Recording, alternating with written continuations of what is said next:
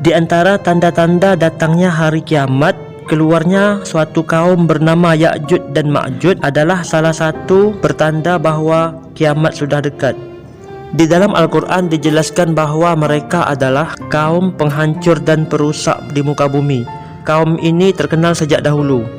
Dan menurut sejarawan serta peneliti, mereka menemukan bukti otentik berupa tempat yang menunjukkan kaum itu memang telah ada sejak zaman dahulu kala dan akan dikeluarkan oleh Allah pada akhir zaman kelak, yaitu pada penghujung fase keempat ini yang kita kenal dengan fase Mulkan Jabarian.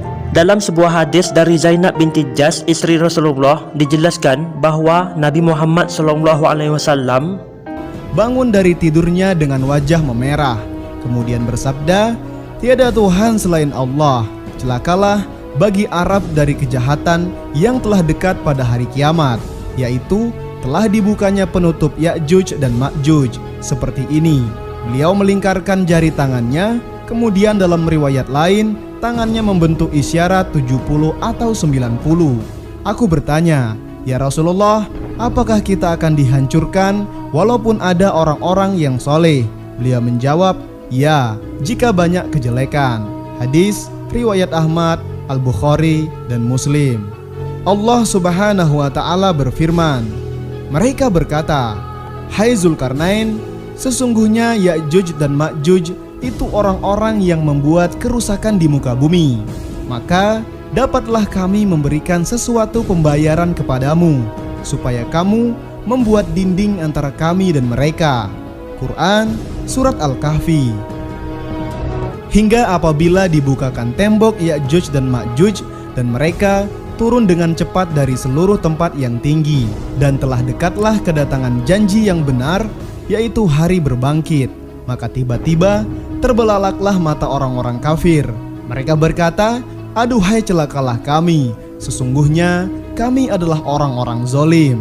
Quran Surat Al-Anbiya. Kata Ya'juj dan Ma'juj menurut bahasa Arab merupakan sebuah julukan. Para ulama sepakat bahwa Ya'juj dan Ma'juj merupakan spesies manusia. Hanya saja para ulama berbeda pendapat dalam menentukan asal-usul nenek moyangnya. Ada yang menyebutkan dari sulbi Adam dan Hawa, atau dari Adam saja. Ada pula yang menyebut dari sulbi Nabi Nuh alaihissalam.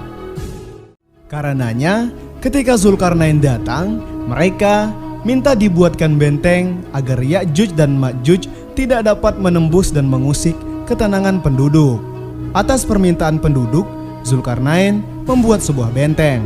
Benteng inilah yang dipercaya sebagai pembatas yang mengurung Ya'juj dan Ma'juj untuk tidak keluar membuat kerusakan.